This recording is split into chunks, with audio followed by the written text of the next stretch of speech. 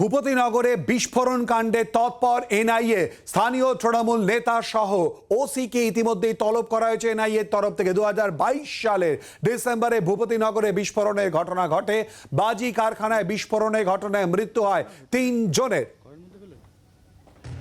জানবো আরো বিস্তারিতভাবে নিয়ে কথা বলে সঙ্গে রয়েছে আমাদের প্রতিনিধি বিক্রম। বিক্রম, এখনো পর্যন্ত কি আপডেট, কি জানতে পারছো এই নিয়ে?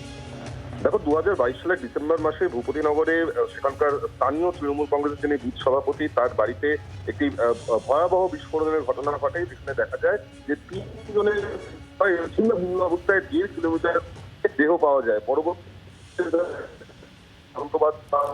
ন্যাশনাল ইনভেস্টিগেশন এজেন্সি এনআইএ তদন্ত শুরু করে এবং যেই বুথ সভাপতির বাড়িতে এই ঘটনা ঘটেছিল তা কিন্তু এই ঘটনাতে মৃত্যু ঘটেছিল। কিন্তু কিভাবে ঘটনা ঘটলো এই সংক্রান্ত বিষয় নিয়ে তদন্ত করতে গিয়ে যেটা আমরা জানতে পারছি যে এনআইএর তরফ থেকে স্থানীয় ভূপতিনগর থানার যিনি অফিসার ইনচার্জ তাকে তলব করা হয়েছে, সামান করে তাকে নোটিশ পাঠানো হয়েছে এনআইএর তরফ থেকে। অপরদিকে স্থানীয় এক তৃণমূল নেতা তাকেও কিন্তু তলব করা হয়েছে, এমনটাই আমরা জানতে পারছি। এবং এই তলবকে কেন্দ্র করে ইতিমধ্যেই রাজনৈতিক টানাপোড়েন শুরু হয়েছে। ইতিমধ্যেই তৃণমূল কংগ্রেসের রাজ্য সাধারণ সম্পাদক কুণাল ঘোষ তিনি কিন্তু অভিযোগ করতে শুরু করেছেন যে পূর্ব মেদিনীপুরে কার্যত এনআইএ নামিয়ে বেশ কয়েকজন নেতা কর্মীকে ঘরছাড়া করে দেওয়ার চেষ্টা করা হচ্ছে বা তলব করে তাদেরকে হেনস্থা করার চেষ্টা করা হচ্ছে। অপরদিকে যেটা এনআইএ সূত্রের খবর যে তদন্ত তারা করছে সেই তদন্তের সাথেই কিন্তু এই দুজনকে তলব করা হয়েছে, এমনটাই এনআইএ সূত্রে জানানো হচ্ছে।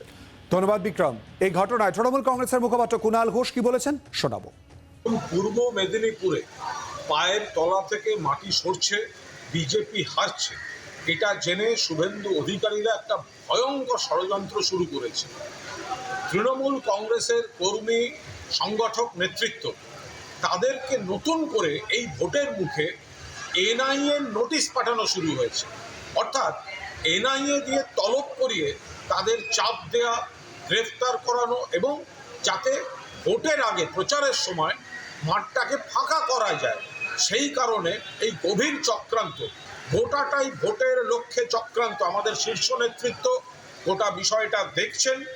আমাদের কোনো কর্মী বা নেতা এই নোটিশে সাড়া দিয়ে যাবে না, কারণ এটা রাজনীতির জন্য করছে, ভোটের আগে করছে। আমরা আইনি পথে এটা কমব্যাট করব। বাংলার আওয়াজ, বাঙালির আবেগ, জি 24 ঘন্টা।